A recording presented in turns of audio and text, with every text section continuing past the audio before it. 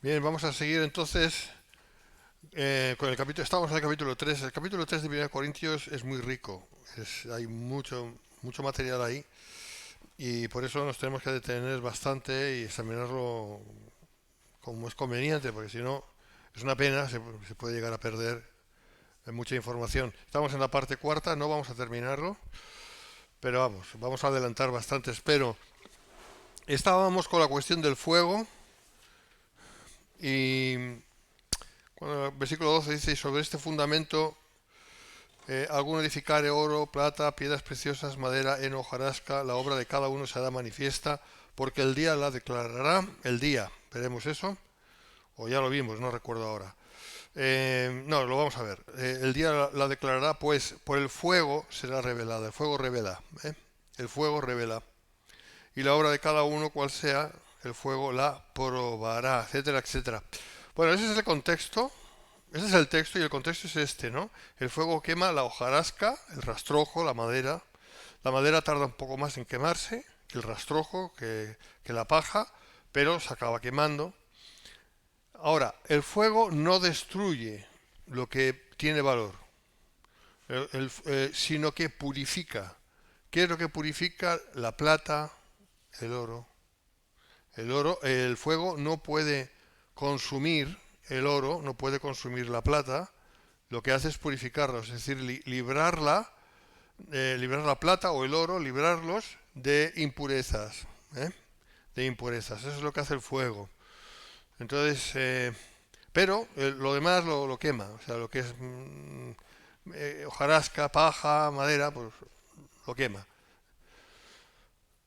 Por tanto, el fuego de la prueba ayudará a que la sobreedificación de oro, porque se tiene que el juicio es sobre lo que se sobreedifica. O sea, el fundamento es inamovible, es Cristo. Ahora, la obra de cada uno, de cada hijo de Dios, ¿entiende? Porque ese es el contexto, siempre va a sobreedificar sobre este fundamento. Ahora, algunos pensamos, o piensan, o se puede pensar que, bueno, que aquí está hablando de, no sé, de los ministros, ¿no? De cómo predican, o de los que están directamente en la obra directamente. No, no, no, no. Aquí no solamente se trata de eso, que sí, también, pero se trata de nuestras vidas. ¿Qué es lo que sobreedificamos tal y como vivimos? O sea, como vivimos, sobreedificamos. Entonces, de eso se trata. O sea, nuestras vidas están siendo, están siendo conforme a las obras que Dios preparó de antemano para que andemos en ellas, ¿no? Efesios 2:10. Estamos pendientes de eso, estamos enfocando nuestra vida hacia el servicio a Dios, hacia agradarle, o sencillamente vivimos la vida a nuestro antojo y nada más. Y muchas cosas que hacemos no necesariamente son pecado en sí mismo, pero claro, si nuestra motivación es solamente servirnos a nosotros mismos y nada más, porque servirnos a nosotros mismos está bien, o sea, eso no es porque algo tenemos que hacer, tenemos que trabajar para comer, tenemos que hacer esto para una cosa, para la otra, está bien, divertirnos, está bien, o sea, todo eso está genial, pero si el enfoque es solamente ese, ¿qué nos diferenciamos entonces? ¿Qué nos diferenciamos de la gente del mundo? ¿No? En ese sentido, ¿no? Pues no mucho, ¿no? Entonces, lo que sobreedificamos es todo lo que tiene que ver con nuestras vidas, hombre, mayormente aún cuando ya estamos hablando de una cuestión ministerial o de don, de aplicación del don o de los dones o los ministerios o lo que sea, claro, con mayor motivo, ¿no? Todo lo que sobreedificamos sobre el fundamento que es Cristo. Todo eso lo tenemos que tener muy en cuenta, ¿eh? Bien, en cuanto a las piedras preciosas, pues no hay problema con ellas. ¿Por qué? Porque se formaron a unas temperaturas enormes en el fondo de la Tierra.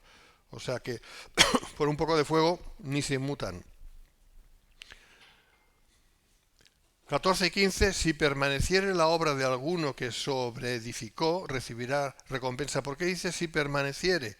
Pues por lo que acabamos de ver. Porque si, claro, si el fuego viene sobre esa obra y se quema, pues ya no hace falta hablar nada más, ya ha quedado todo claro, ¿no? Pero si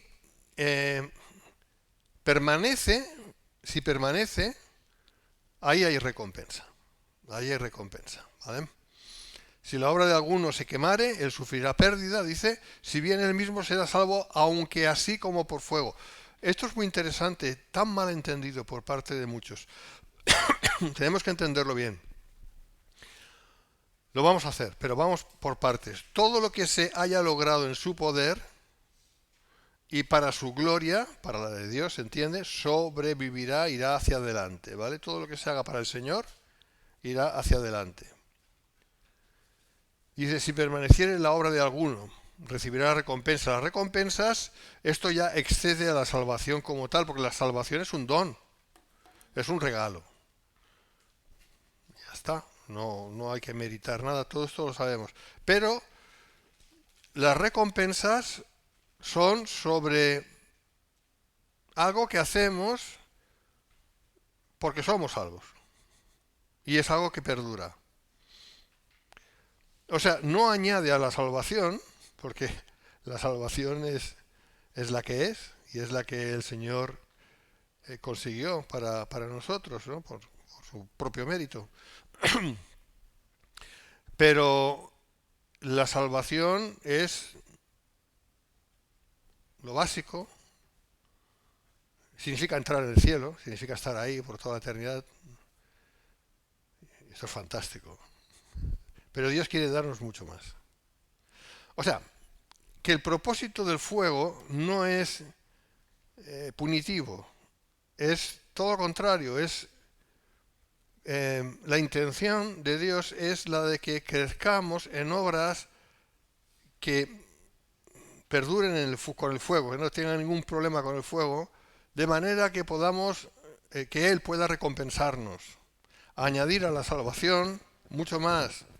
No es que vamos a ser mucho más salvos, ya seremos salvos y ya está, o sea, no se puede, como digo, no se puede añadir a la salvación, pero seguramente podemos imaginar que en el cielo, ahí donde estemos, pues habrá hermanos que habrán recibido mucha recompensa y tendrán mucho más, serán más ricos, por decirlo así, para entendernos, ¿no? Por eso el Señor dijo que no hiciéramos, que no hagamos, por eso en cuanto a nosotros, tesoros aquí en la tierra, que el orín corrompe y el ladrón roba, que no sirven para nada, que serían las obras que se queman, por cierto, ¿no? Sino que sean obras que lo que hagamos sea para la vida eterna. Esas son las recompensas. Nada que ver con la salvación. Salvación es un regalo. Es con lo añadido. Hay cristianos que dirán, bueno, yo mira, ¿qué quieres que te diga? Yo con ser salvo ya está bien. O sea, no es un buen comentario ese. Porque yo creo que ahí sí Dios quiere que seamos ambiciosos. Porque es una ambición sana, porque es una ambición basada en el amor. Es por amor a Dios. No es para... desde luego tienes que tener mucha fe o haber visto, que Dios te haya mostrado, ¿no? Que hayas visto una visión o algo así, o que Dios te haya llevado al cielo o algo así, para que tú puedas decir, no, yo aquí voy a reventarme para obtener ahí. Esa no va a ser la motivación, porque nadie ha estado ahí. Y si alguno dice que ha estado, no sé, no sé si creerme eso. Por lo tanto, la motivación siempre va a ser correcta, porque va a ser por amor a Dios. Porque implica un sacrificio, implica una renuncia, muchas veces.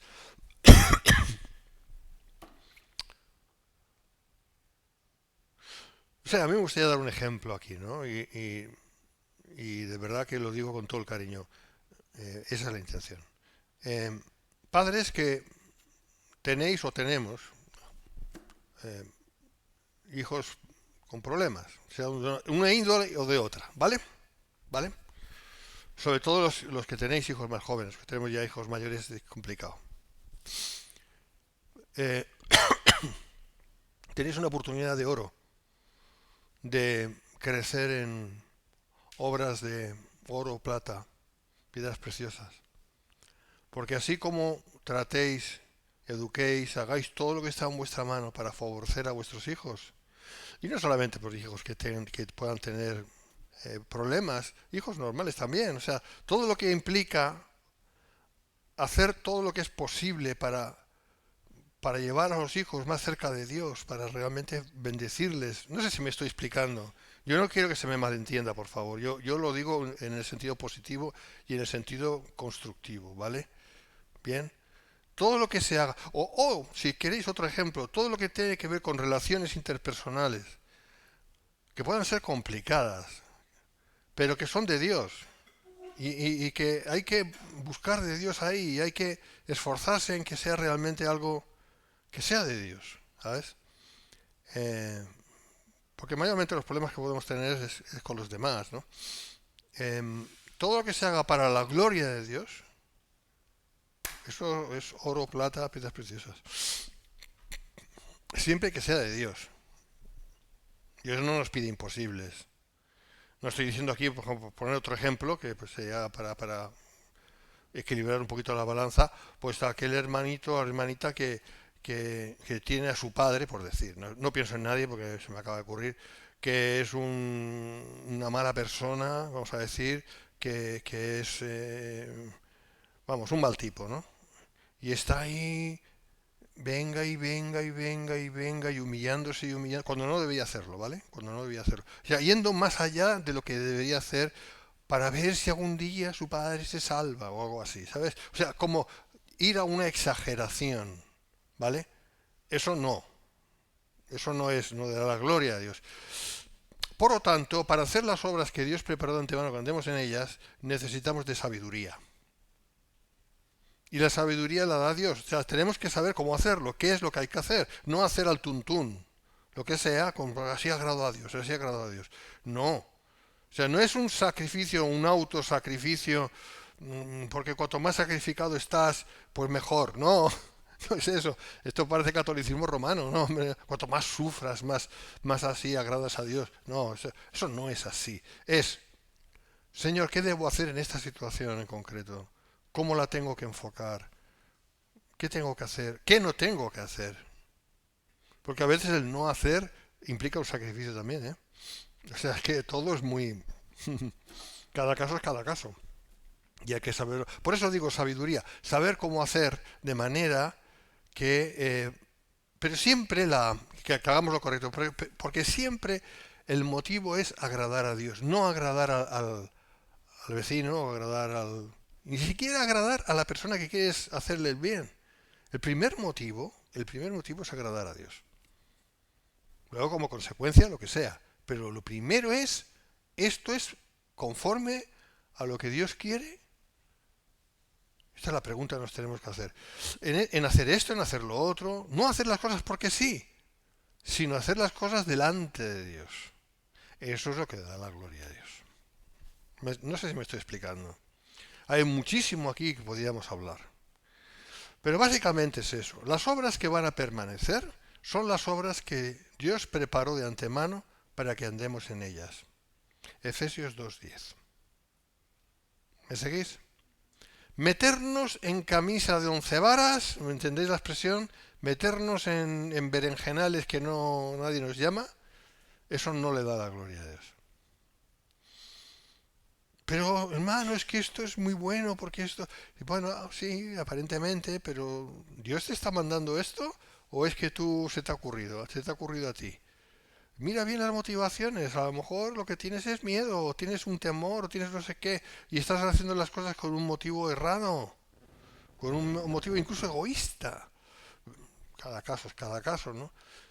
Por lo tanto, sabiduría. Tenemos que hacer las cosas de manera que sepamos que Dios quiere que las hagamos y que las hagamos de la manera que las estamos haciendo, oyendo, buscando el querer hacerlas como Dios quiere. Eso, claro, a priori a lo mejor no sabemos cómo, pero tenemos que ir buscando a Dios cómo hacer todo. Todo en la vida es así. A ver, Miguel, pero es que esto es imposible, todo no puede salir perfecto, ya lo sabemos. Pero ese es el camino. Ese es el camino, ¿no? Para que cuando viene el fuego de la prueba, que ahora veremos a qué se está refiriendo, pues no pase nada. Perdure lo que hemos estado haciendo o estamos haciendo o hicimos.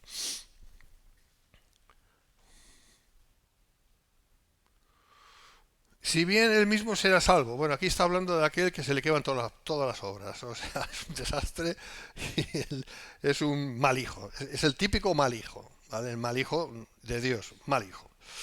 ¿Vale? Y dice, si bien él mismo será salvo, porque la salvación es un don de Dios, como ya hemos dicho, aunque así como por fuego. Bueno, la salvación no depende de esas obras de sobreedificación, aunque todas fueran consumidas por el fuego del juicio, por ser obras no basadas en Cristo, realmente el individuo entrará en la vida eterna porque ha creído en la obra que él nunca pudo ni podría hacer, que es la obra de Cristo en la cruz, ¿no? La salvación es un don de Dios, se recibe por la fe.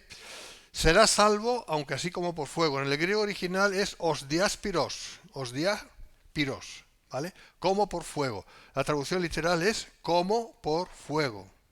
O sea, que es un calificativo, como por fuego. O sea, esto será salvo, pero como por fuego. ¿Qué significa esto? Esto es muy importante entenderlo bien. Se podría parafrasear. Será salvo personalmente, aunque más bien como un hombre rescatado del fuego. Tú imagínate que tú vas y te caes en una fogata, ¿no? Si te quedas ahí, chao.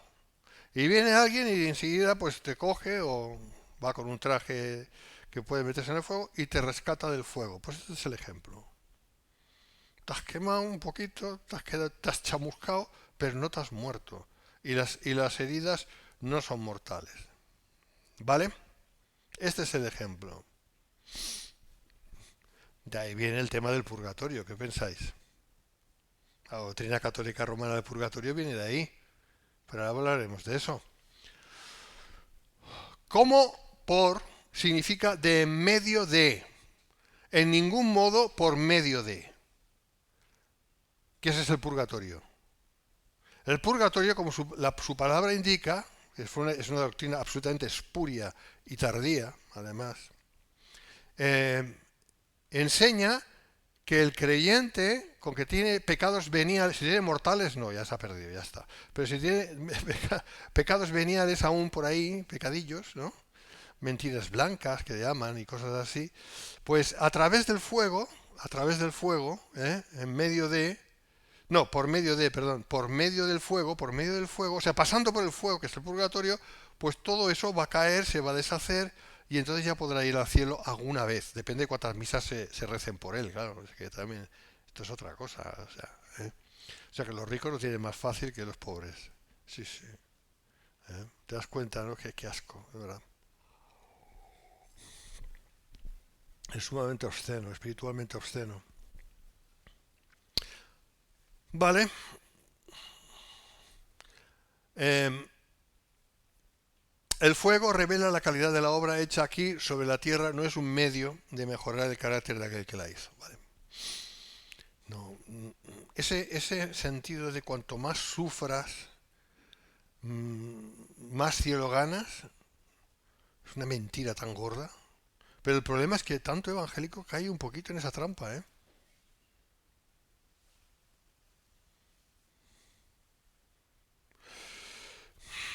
En fin. Vamos a hablar un poquito de esto, ¿no? La enseñanza de Roma acerca de la cual el hombre purga por sus pecados veniales en un lugar llamado purgatorio, contradice la revelación bíblica que manifiesta el perdón de pecados y la limpieza de toda maldad solo y exclusivamente por los méritos de Cristo. Recibiendo el beneficio de esos méritos de Cristo el cristiano también por la fe, ¿no? Bien, creo que esto está claro. Esto está claro. ¿Sabéis lo que pasa? Que nos cuesta mucho aceptar que todos nuestros pecados han sido perdonados. Los que cometimos, los que cometemos y los que cometeremos. Todos han sido perdonados. Eso nos cuesta entenderlo. Pero es así, es la verdad.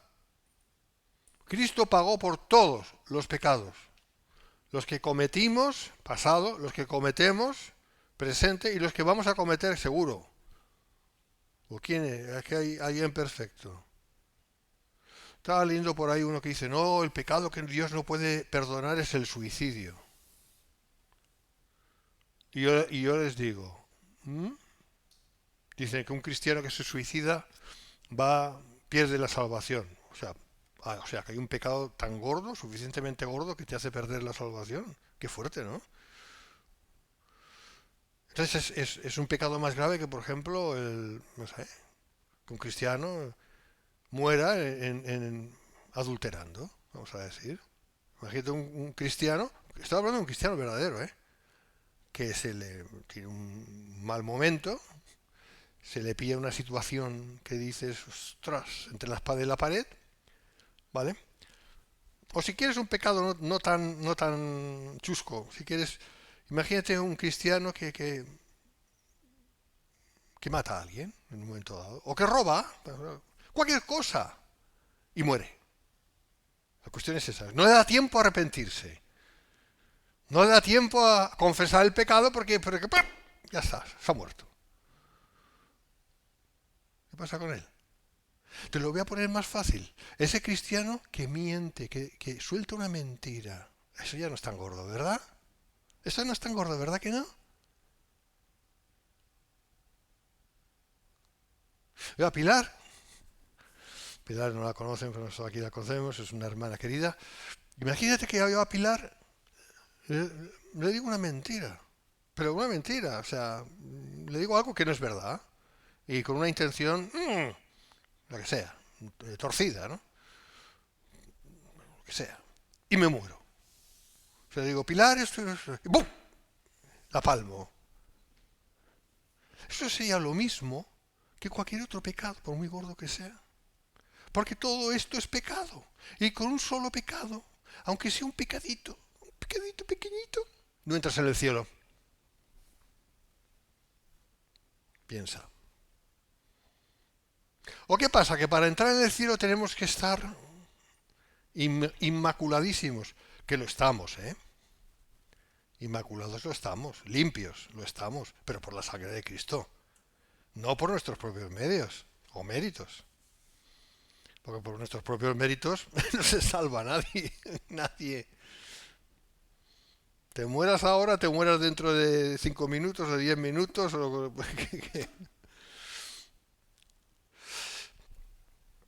Entonces el problema es ese, que nos cuesta aceptar esto, nos cuesta aceptar que todos nuestros pecados han sido perdonados, pero la realidad bíblica es que todos nuestros pecados han sido perdonados. Por eso estamos sentados junto con Cristo en los lugares celestiales. Efesios. ¿Por qué estamos ahí sentados? Resucitados juntamente con Él. Para Dios estamos ya allí. ¿Por qué estamos allí? Por la razón obvia de que todos nuestros pecados han sido perdonados. Y no hay pecado suficientemente gordo. Alguien dirá, bueno, la blasfemia contra el Espíritu Santo. Perdona, ningún cristiano verdadero puede blasfemar contra el Espíritu Santo, porque el Espíritu Santo está dentro de él.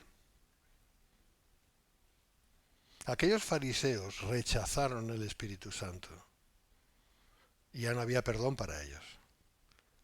Pero es que no lo tenían, ni querían tenerlo. Esa es la blasfemia contra el Espíritu Santo. Pero los cristianos, nacidos de nuevo, ¿se entiende? Estoy hablando no de un simple creyente que pasaba por ahí, no, estoy hablando de un verdadero hijo de Dios, ¿vale? De eso estoy hablando. La persona que ha nacido de nuevo, tiene el Espíritu morando dentro. Por lo tanto, no puede ir en contra del Espíritu Santo, es imposible, porque pertenece a Cristo. Y hermanos, Dios sabe lo que hace. Y no es chapucero.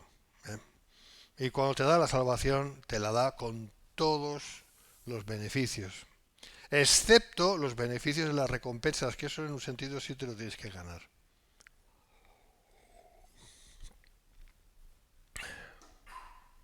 Si queremos aplicar esta manera de pensar, ganar. A mí no me gusta, porque en realidad no hacemos nada para ganar nada, lo hacemos sencillamente porque amamos a Dios. Pero me estás entendiendo, ¿verdad? Pensad sobre esto, bien, pensad todas estas cosas, pensadlas, porque es muy importante.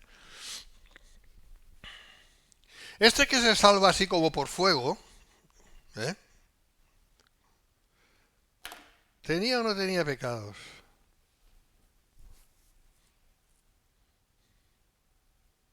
Y me responderéis, bueno, Miguel, depende, o sea, según tú no, porque si no, no entraría en el cielo. Verdad.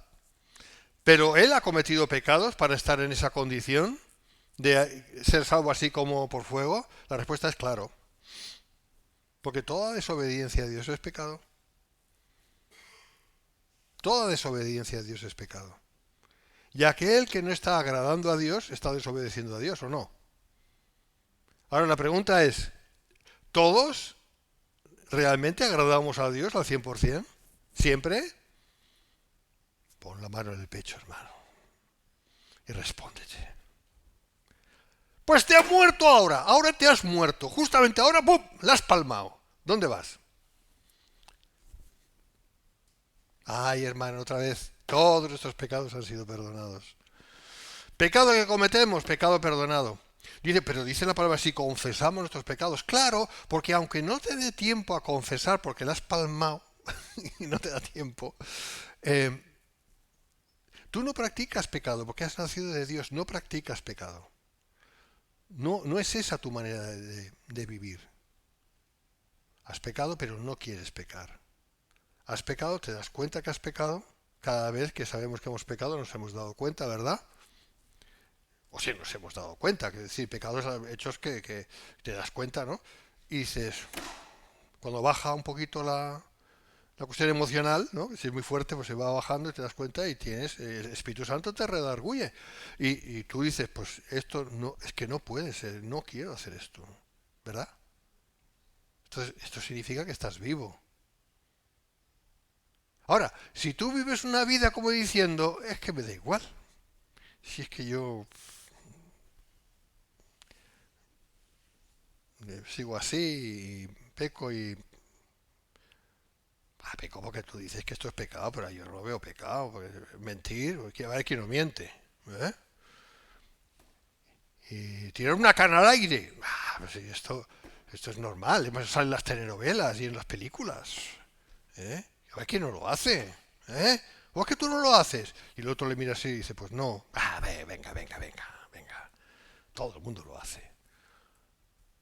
O pensamientos que no tienes que pensar pues mira, oye, la mente es libre. ¿Tú crees que esta persona es realmente cristiana? No, no lo es. No lo es. No lo es. Piensa y actúa conforme al mundo. ¿Y qué dice la palabra? Que ningún cristiano verdadero puede amar al mundo. ¿Verdad? Porque el amor del Padre no está ahí. ¿Verdad?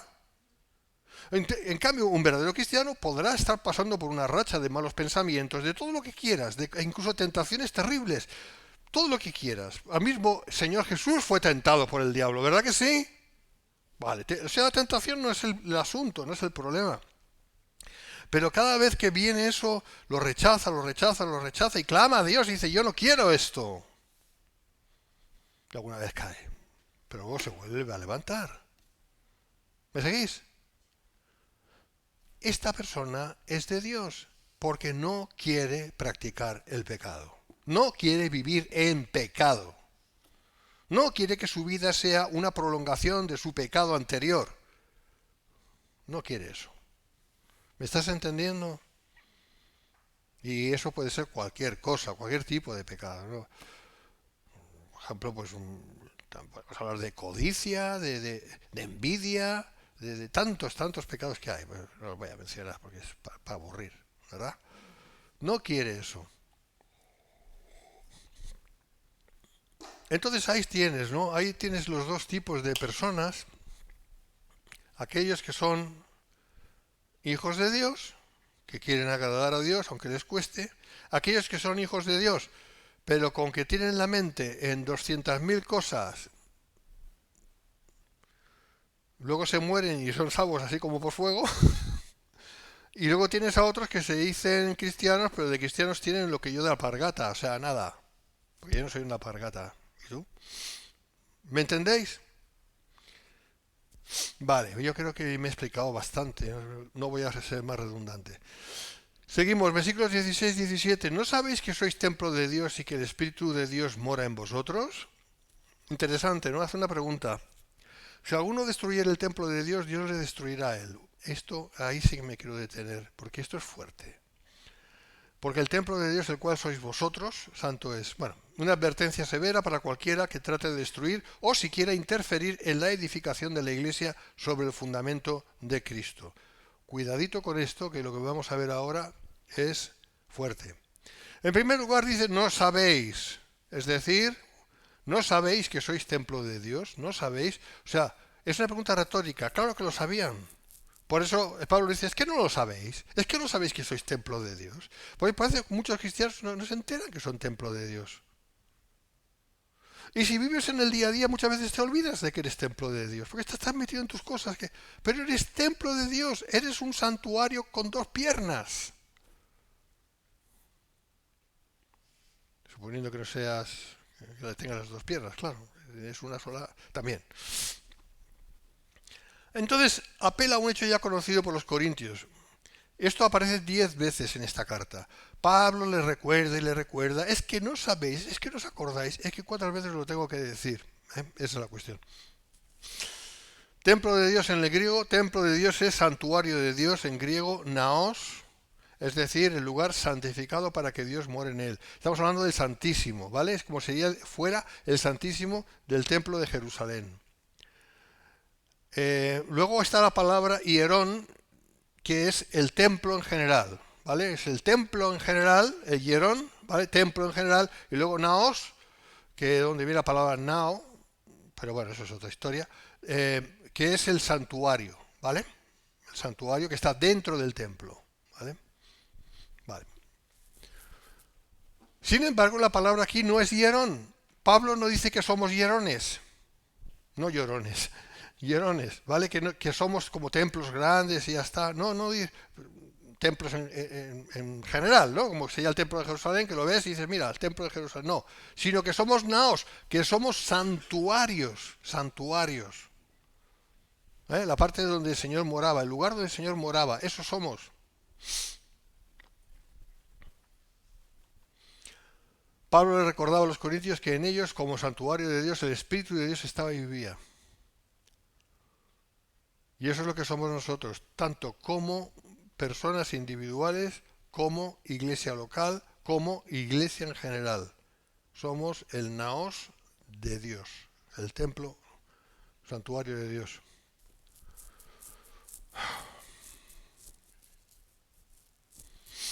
El Espíritu Santo mora en el templo santuario de la persona del creyente, en su cuerpo, el cual es su templo. Nuestro cuerpo es interesante y de luego es paradójico, ¿no?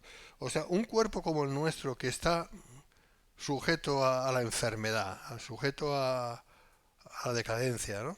A deshacerse, ¿verdad? Es el templo de Dios.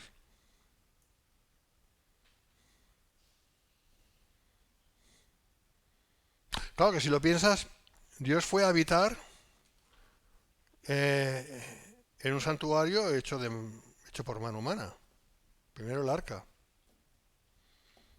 y luego el santuario dentro del templo. ¿Cuál es la lección entre muchas o entre otras a aprender aquí? Que Dios es tan humilde, ¿verdad? Tan humilde. Venir el Dios Todopoderoso, por su Espíritu habitando en tu cuerpo y en el mío. Impresionante. Hay muchas más cosas que podríamos hablar, pero eso vaya de entrada, ¿no? Porque dice en 1 Corintios 6:19, que lo veremos más allá en su momento: ignoráis que vuestro cuerpo es templo del Espíritu Santo, el cual está en vosotros, el cual tenéis de Dios, o de parte de Dios, dice el griego, y que no sois vuestros, que no os pertenecéis a vosotros mismos. Y luego está Romanos 8:9, mas vosotros no vivís según la carne, sino según el Espíritu, si es que el Espíritu de Dios mora en vosotros, y si alguno no tiene Espíritu de Cristo, no es de él, ¿no? O sea que o se es de Cristo o no se es de Cristo, no hay término medio. También el Espíritu Santo mora en la iglesia local. Segunda de Timoteo 1:14. Guarda el buen depósito por el Espíritu Santo que mora en nosotros. Está hablando como iglesia, como cuerpo de Cristo, Pablo aquí, ¿vale? Entonces, cuando la iglesia de Cristo se reúne en un lugar, además de los fieles, está el Espíritu Santo ahí presente haciendo morada en ellos. Es decir, que cuando nos reunimos como iglesia, como ahora, por ejemplo, seamos muchos, seamos pocos, pero da igual, porque el Espíritu Santo está aquí y la presencia de Dios no solamente está por fuera, está por dentro de cada uno. Y como cuerpo, lo mismo.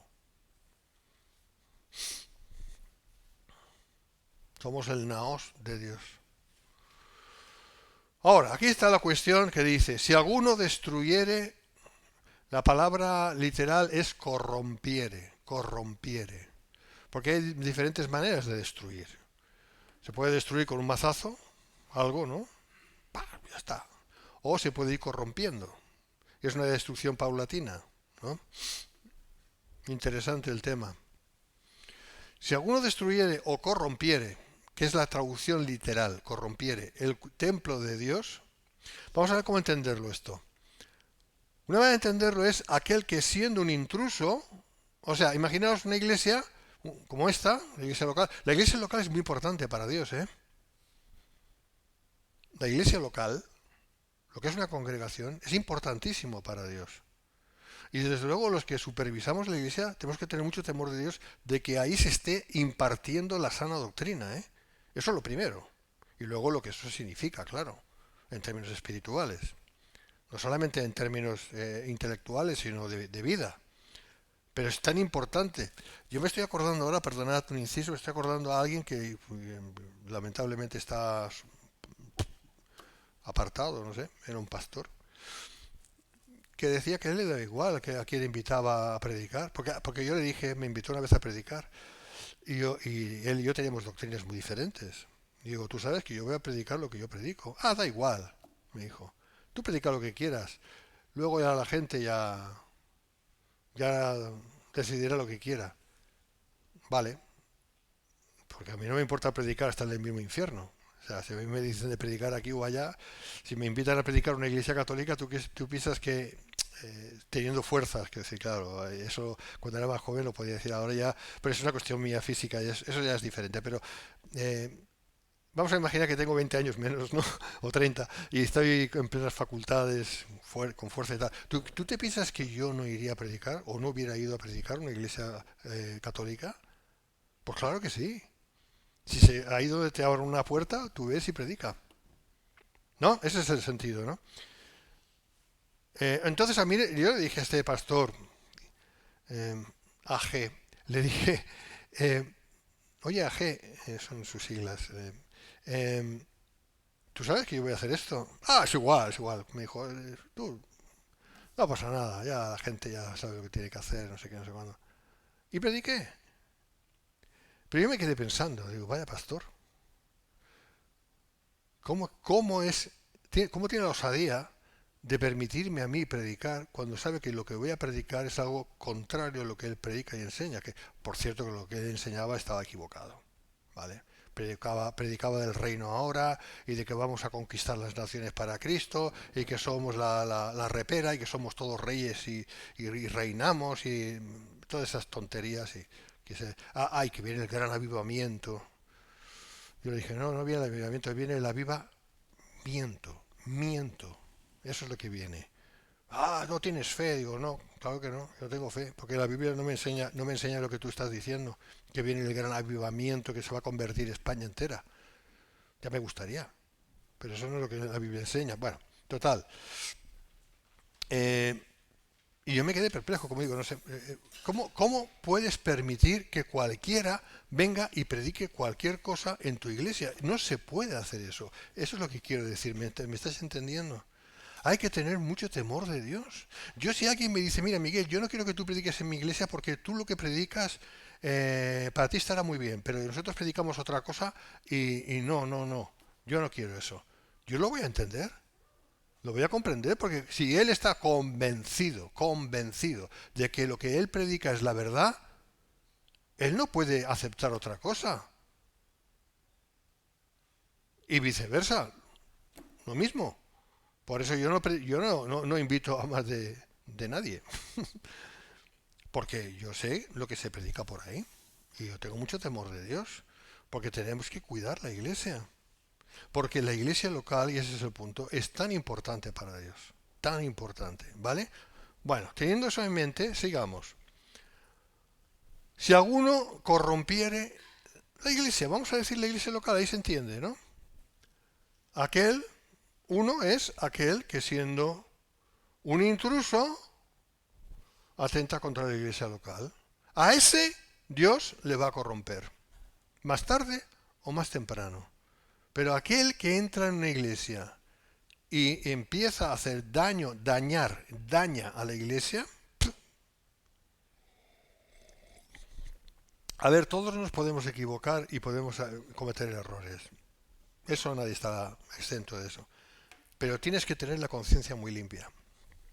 Tienes que hacer las cosas con mucho temor de Dios y delante de Dios, teniendo la luz que tengas en ese momento, actuar conforme a la luz que tengas, porque no puedes hacer otra cosa. ¿Vale? Pero si tú eres una persona que lo que estás buscando tus artimañas, no estás buscando favorecerte a ti mismo, cualquier cosa que no es conforme a agradar a Dios, sino otra cosa, tú eres un candidato a ser corrompido por Dios, como lo veremos. Es así. Sea que estés perjudicando a la iglesia local o a cristianos sueltos o a algún cristiano, todo lo que atente contra el cuerpo de Cristo de una manera o de otra, Dios lo va a destruir. Eso es lo que está diciendo. Y la otra parte es aquel que siendo un cristiano, bueno, eso siendo un intruso, ¿no? ¿Pensáis que no hay intrusos en las iglesias? Madre mía, claro que hay. Y hay intrusos que no lo saben que lo son. Nosotros hemos encontrado de todo a lo largo de estos años. Y luego está el caso B, aquel que siendo un cristiano persiste en pecar contra sí mismo o contra los demás. Estos son los dos casos, básicamente. Si se les ocurre alguno más, me lo dices. Pero yo he encontrado eso. Aquel que siendo un intruso, sea un falso cristiano, atenta contra la iglesia local o contra hermanos en la fe. ¿Vale? Y la otra, la otra manera es aquel que siendo un cristiano, o sea, un verdadero hijo de Dios, pero con que es un mal hijo, persiste en pecar contra sí mismo, ¿vale? Persiste en pecar contra sí mismo. ¿Cómo puede ser eso? Pues bueno, pues porque no levanta cabeza y no quiere levantar cabeza y hasta que el Señor dice, pues está apañado. Por eso Dios castiga, porque y entiendo que ese destruir, hay que entenderlo bien, no es para destrucción del alma, destrucción del espíritu y perdición, no es para eso, porque eso no puede ser, sino para escarmiento tras escarmiento tras escarmiento, estamos hablando de un verdadero cristiano, escarmiento tras escarmiento, hasta que o bien se arrepiente o bien el Señor se lo lleva. Y ese es el pecado de muerte, que es lo que vamos a ver a continuación.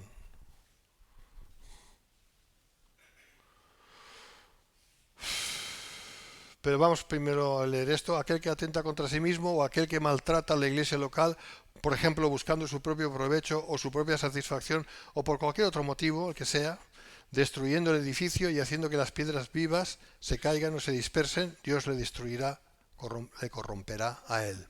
Eso es lo que está escrito. No os puedo decir más. ¿Vale? ¿Cómo lo va a hacer? ¿Hasta qué punto lo va a hacer? Pues cada caso será diferente. Pero a lo largo de la vida cristiana yo he visto cosas, yo sí puedo decir, y yo no voy a juzgar a nadie porque no me toca a mí, pero yo he visto,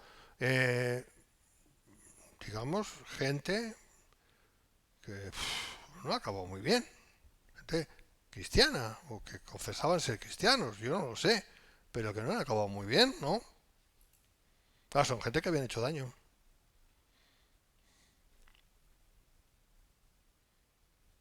No puedo decir más porque podría hablaros de personas y de cosas que les han pasado, pero no creo que eso vaya a ser de edificación. En todo caso, sería el trato de Dios con estas personas, y ahí no nos metemos, porque cuando dice Dios le corromperá a él, es trato de Dios con esa persona. ¿Me entendéis? Ahí nosotros no nos metemos. Pero claro, lo ves y te da que pensar. Te da que pensar. ¿Vale? Ahora no estoy diciendo con esto que cada vez que un cristiano se muere, pues eso es un castigo de Dios. No, no estoy diciendo eso porque no es verdad. Pero habrá situaciones, habrá casos que sí y habrá casos que no. ¿Eh? Pero es el trato de Dios con cada uno. No sé si me explico. ¿Eh? ¿Qué es la lección para nosotros? Pues que tenemos que hacer todo lo contrario, no corromper el cuerpo de Cristo, sino ayudar al cuerpo de Cristo. Primeramente ayudarnos a nosotros mismos viviendo una vida que agrade a Dios, buscando el vivir una vida que agrade a Dios, huyendo del pecado, huyendo de la tentación. En dos lugares dice huid de la fornicación, ¿verdad que lo dice? Que implica todo lo que implica que sea sexo ilícito, en cualquier manera, en cualquier versión. Pues sobre todo los varones, pues tenemos que huir de estas cosas, ¿no? Huir de estas cosas, pero sí, huir, o sea, porque es que si no, si uno persiste en alguna de esas cosas, se expone, porque uno está corrompiendo su templo, ¿me entiendes? Claro, es que es así, entonces que Dios te corrompa. Es un ejemplo claro porque es muy claro, ¿vale? Pero hay más, millones de ejemplos que se puedan dar de cosas, de corrupción, de corromper a los demás o corromperse a uno mismo en esto, en aquello, en lo demás allá, yo qué sé. Cada uno tiene que saber. Porque esto es de aplicación personal. No es para ir juzgando a los demás. A ver, uy, mira, aquí tienes el hermano Mateo que fíjate. No. Porque lo mismo te estás equivocando, ¿vale? Y entonces sí estarás corrompiendo, pensando que haces el bien, estarás haciendo el mal. O sea que cuidadito. Aquí no se trata de pensar en nadie. Aunque hay cosas que las ves y dices, pues parece que es así. Vale, parece, hasta ahí. Porque no puedes ir más allá. Pero no es esa la cuestión. La cuestión es, en cuanto a mí, en cuanto a ti, en cuanto a cada uno, ¿qué tenemos? ¿Cuál es la aplicación a nuestras vidas? ¿Cuál es la aplicación de esto? De no destruir, porque si no Dios me va a destruir, me va a corromper. ¿Me entiendes? No me entiendes. Decidme algo que no sé. Hombre, está muy claro, hermano. ¿Qué quieres que te diga? Es que lo dice. Si alguno destruyere el templo de Dios o corrompiere el templo de Dios, Dios le corromperá a él. Y esto tenemos que entender lo que significa. Está escrito, ¿me entiendes? O sea, lo que no podemos es ver una porción de la palabra de Dios y decir, uy, qué feo, qué feo. Esto es muy fuerte. Vamos a otra cosa más agradable. Dios te ama, Dios te ama. Tú no puedes decir Dios te ama antes de ir a lo que es lo complicado, lo difícil y lo que realmente te dice, Dios mío, esto es muy fuerte, y dejarlo de lado. No sé si me estoy explicando. No puedes ir a lo agradable sin pasar primero por lo desagradable y resolverlo. Entonces, que venga lo agradable, no hay ningún problema. Pero primero tenemos que lidiar con lo desagradable. Dios nos quiere valientes, no cobardes. Los cobardes no heredarán el reino de Dios. ¿Verdad que lo dice? ¿Verdad que lo dice? Entonces la cobardía no es propia de un cristiano. Un cristiano tiene que afrontar y confrontar las cuestiones con la gracia de Dios y buscar el resolverlas, no dejarlas de lado. Porque escurrir el bulto no es la manera. ¿Entiendes lo que significa escurrir el bulto? Hacer la vista gorda. Más vale pájaro en mano que ciento volando. No, eso no tiene que ver. ¿Vale? Dios destruye a los que destruyen su iglesia. Esa es una premisa, eso es lo que está escrito. Y lo tenemos que tener bien claro. Ananías y Zafira, hermanos. ¿Qué pasó con Ananías y Zafira? Es que no eran cristianos. Sí, eran cristianos. Sí, eran cristianos.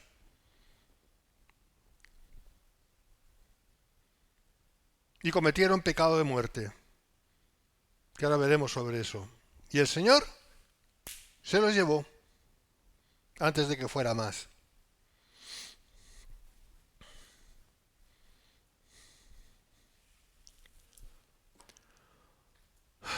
Por eso, 1 Juan 5:16 es otra porción de la escritura que es difícil, que es, madre mía, es que yo prefiero decir Jesús te ama, Miguel, yo prefiero decir Jesús te ama.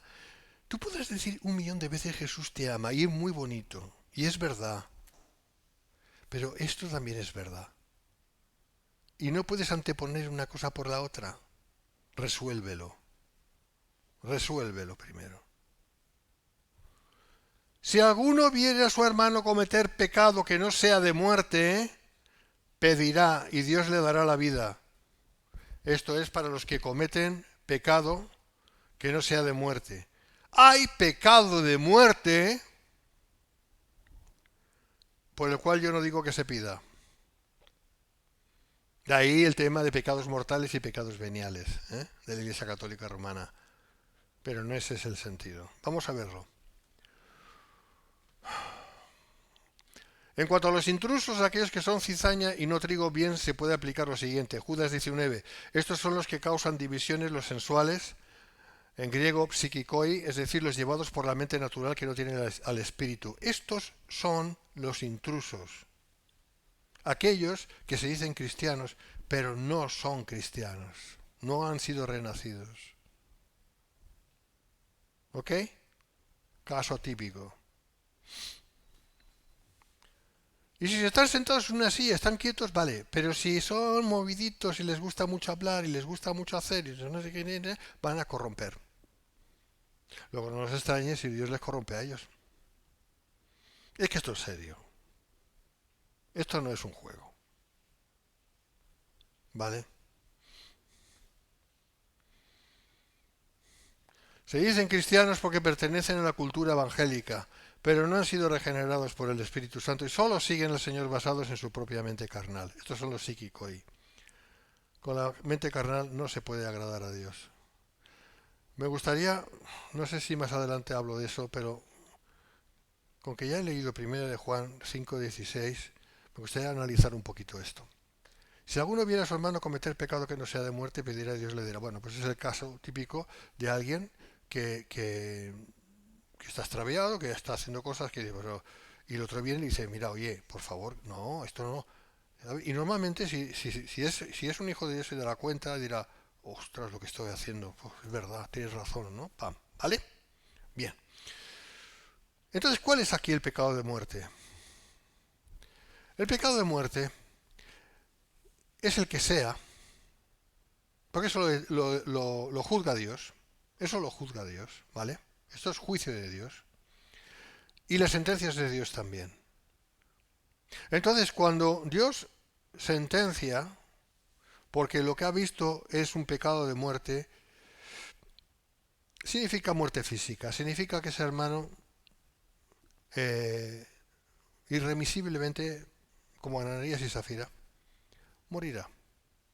Morirá o caerá muy enfermo, o yo no sé qué le va a pasar, pero no va a ser nada agradable. ¿Vale? Si es pecado de muerte, lógicamente, significa, es la máxima expresión del castigo, la muerte, claro. No va a perder la salvación, será salvo así como por fuego, pero desde luego no podrá continuar en el cuerpo de Cristo, aquí en esta tierra. No podrá continuar.